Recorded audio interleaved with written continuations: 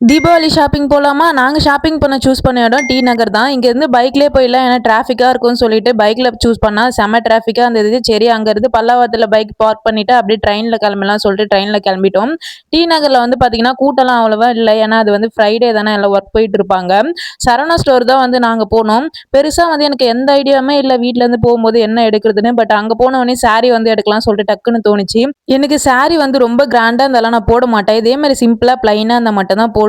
But அதுவுமே வந்து பார்த்தீங்கன்னா, 1500 சொன்னாங்க. நமக்கு குடுத்துருக்க பட்ஜெட் பார்த்தீங்கன்னா, 2000 அதிலேயே வந்து நம்ம அக்சஸரீஸ் வாங்கணும், ட்ரெஸ்ஸும் எடுக்கணும். ஸோ நம்ம அதுக்கேத்த மாரி தான் பார்த்து வாங்கணும்னு சொல்லிட்டு ஒண்ணு ஒண்ணு வச்சு பார்த்துட்டு இருந்தேன். அதில இந்த கோல்டன் கலர் சாரி வந்து எனக்கு ரொம்ப புடிச்சிருந்தது. சரி பார்த்துக்கலாம்டா 1000க்கு எடுத்தாலும் பார்த்தா, அது வந்து 1800 சொன்னாங்க.